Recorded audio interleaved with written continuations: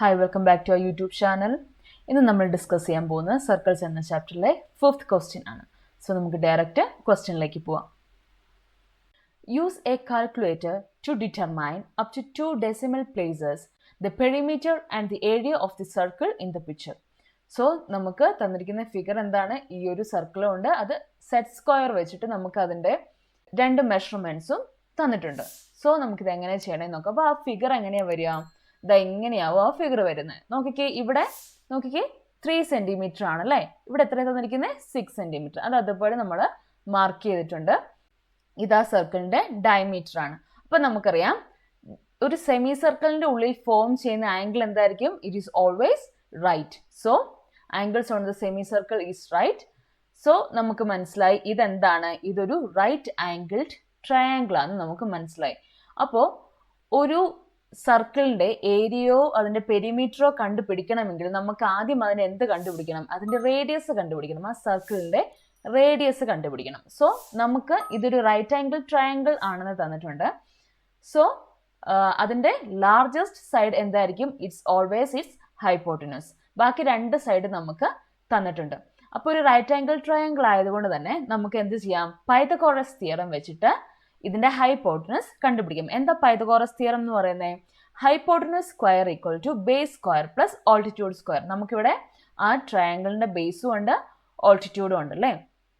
So ഇത് hypotenuse square ആണ്. അപ്പോൾ ഹൈപ്പോട്ടനസ് എങ്ങനെയാണ് കണ്ടുപിടിക്കുക? Square root of base square plus altitude square. So ഈ ഹൈപ്പോട്ടനസ് എന്ന് പറയുന്നത് തന്നെയാണ് ആ സർക്കിളിൻ്റെ ഡയമീറ്റർ എന്ന് പറയുന്നത്. അപ്പം നമുക്കിത് റീറൈറ്റ് ചെയ്ത് എങ്ങനെ എഴുതാം? സോ നമുക്കിവിടെ ബേസിൻ്റെ വാല്യൂ ഉണ്ട്, ഓൾട്ടിറ്റ്യൂഡിൻ്റെ വാല്യൂ ഉണ്ട്. അപ്പോൾ ആ വാല്യൂ ഇതിൽ അപ്ലൈ ചെയ്യുമ്പോൾ നമുക്ക് എന്താ കിട്ടുന്നത്? Diameter of the circle equal to root of 3 square plus 6 square. Okay, so നമുക്കറിയാം 3 സ്ക്വയർ എന്താണ്? 9 ആണ്, 6 സ്ക്വയർ 36. അപ്പോൾ എങ്ങനെ വരും? Equal to root of 9 plus 36. 9 plus 36 എന്താണ്? 45. That is equal to root of 45. ഇനി നോക്കി, ഇതൊരു പെർഫെക്റ്റ് സ്ക്വയർ ആണോ? അല്ല. സോ നമ്മൾ എന്താണ് ചെയ്യേണ്ടത്? ഇതിനെ ഒരു പെർഫെക്റ്റ് സ്ക്വയറിൻ്റെയും ഒരു നോർമൽ നമ്പറിൻ്റെയും ഫാക്ടർ ആയിട്ട് എഴുതുക. അപ്പോൾ 45 നമുക്ക് എങ്ങനെ എഴുതാം? 45 9 ഇൻറ്റു 5 എന്ന് എഴുതാം. 9 5s are 45 അല്ലേ? അപ്പോൾ നമുക്കിത് റൂട്ട് ഓഫ് 9 ഇൻറ്റു 5 എന്ന് എഴുതാം. ഇനി ഇത് നമുക്ക് സ്പ്ലിറ്റ് ചെയ്ത് എഴുതാം. That is root of 9 into root of 5. ഇനി നമുക്കറിയാം ഈ റൂട്ട് 9 ഒരു പെർഫെക്റ്റ് സ്ക്വയർ റൂട്ട് ആണ് അല്ലേ? എന്തിൻ്റെ സ്ക്വയർ റൂട്ട് ആണ് 9 എന്ന് പറയുന്നത്? ഇറ്റ്സ് 3. അപ്പം നമുക്ക് എങ്ങനെ എഴുതാം? It's 3 root 5.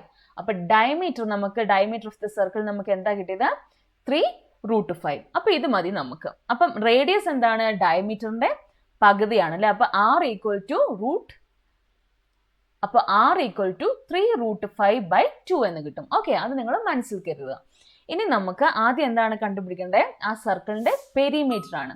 സർക്കിളിന് നമ്മൾ ഒരിക്കലും പെരിമീറ്റർ എന്ന് പറയത്തില്ല, അതിൻ്റെ സർക്കംഫെറൻസ് എന്നേ പറയത്തുള്ളൂ. സോ നമുക്ക് ആദ്യമേ അതിൻ്റെ സർക്കംഫെറൻസ് കണ്ടുപിടിക്കാം. Circumference of the circle equal to 2πr. ഈ ഫോർമുല എല്ലാം നിങ്ങളുടെ മനസ്സിൽ കരുതേണ്ടതാണ്, ഒരിക്കലും മറന്നു പോകരുത് കേട്ടോ. ഇതൊക്കെ ഒരു സർക്കിളിൻ്റെ ബേസിക് ഫോർമുലാസ് ആണ്. അപ്പം സർക്കിളിൻ്റെ സർക്കംഫെറൻസ് കണ്ടുപിടിക്കുന്നത് 2πr ആണ്.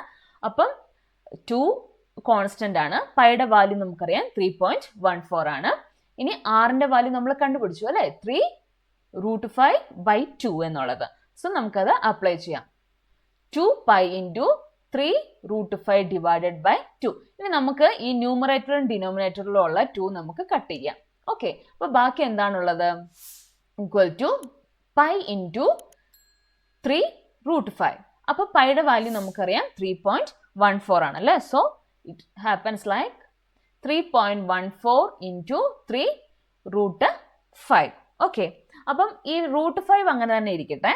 നമുക്ക് ബാക്കി 3.14ഉം 3യും മൾട്ടിപ്ലൈ ചെയ്യുമ്പോൾ നമുക്ക് എന്താണ് കിട്ടുന്നത്? 4.92. So the answer is 4.92 root 5 centimetre. അഥവാ ക്വസ്റ്റ്യനിൽ റൂട്ട് 5ൻ്റെ വാല്യൂ നിങ്ങൾക്ക് ക്വസ്റ്റ്യനിൽ തന്നിട്ടുണ്ടെങ്കിൽ അതും കൂടെ അപ്ലൈ ചെയ്ത് നിങ്ങൾക്ക് ഇതിൻ്റെ എക്സാക്റ്റ് ആൻസർ കണ്ടുപിടിക്കാവുന്നതാണ്. അല്ല, ഈ റൂട്ട് 5ൻ്റെ വാല്യൂ ഒന്നും നിങ്ങൾക്ക് ക്വസ്റ്റ്യൻ തന്നിട്ടില്ല എന്നുണ്ടെങ്കിൽ നമുക്ക് ഇവിടെ വെച്ചിട്ട് ഈ ആൻസർ നിർത്താം. 9.24 ഇൻറ്റു √5 സെൻറ്റിമീറ്റർ. അതാണ് ഈ സർക്കിളിൻ്റെ സർക്കംഫറൻസ് എന്ന് പറയുന്നത്. ഇനി അടുത്ത് നമുക്ക് എന്താ കണ്ടുപിടിക്കേണ്ടത്? Area of the circle. നമുക്കറിയാം സർക്കിളിൻ്റെ ഏരിയ എങ്ങനെയാണ് കണ്ടുപിടിക്കേണ്ടത്? πr². അപ്പോൾ ഇത് രണ്ടും അങ്ങോട്ടും ഇങ്ങോട്ടും മാറിപ്പോകരുത്. സർക്കിളിൻ്റെ circumference 2πr, area πr². Okay, അപ്പോൾ നമുക്ക് ഓൾറെഡി നമുക്കറിയാം ആറിൻ്റെ വാല്യൂ എന്താണ്?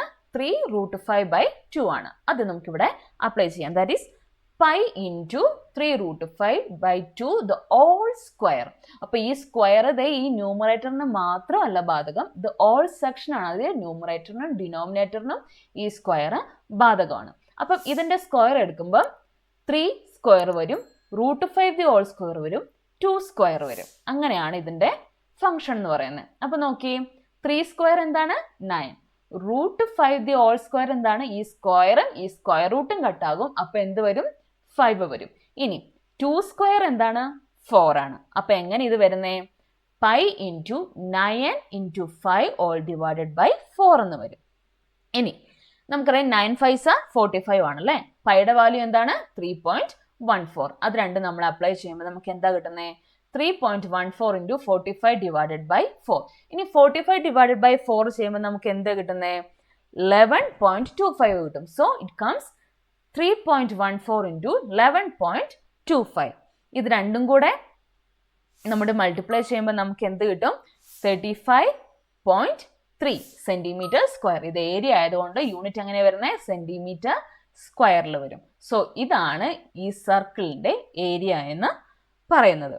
ഓക്കെ, സോ നിങ്ങൾക്ക് എന്തെങ്കിലും സംശയം ഉണ്ടെങ്കിൽ അത് കമൻറ്റ് സെക്ഷനിൽ ചോദിക്കാം. അടുത്ത ക്വസ്റ്റ്യനുമായിട്ട് അടുത്ത വീഡിയോയിൽ കാണാം. ഈ നമ്മുടെ ചാനൽ സബ്സ്ക്രൈബ് ചെയ്യാത്തവർ ഉടൻ തന്നെ എല്ലാവരും സബ്സ്ക്രൈബ് ചെയ്യുക, സപ്പോർട്ട് ചെയ്യുക. അടുത്ത വീഡിയോയിൽ അടുത്ത ക്വസ്റ്റ്യനുമായി വരാം. താങ്ക്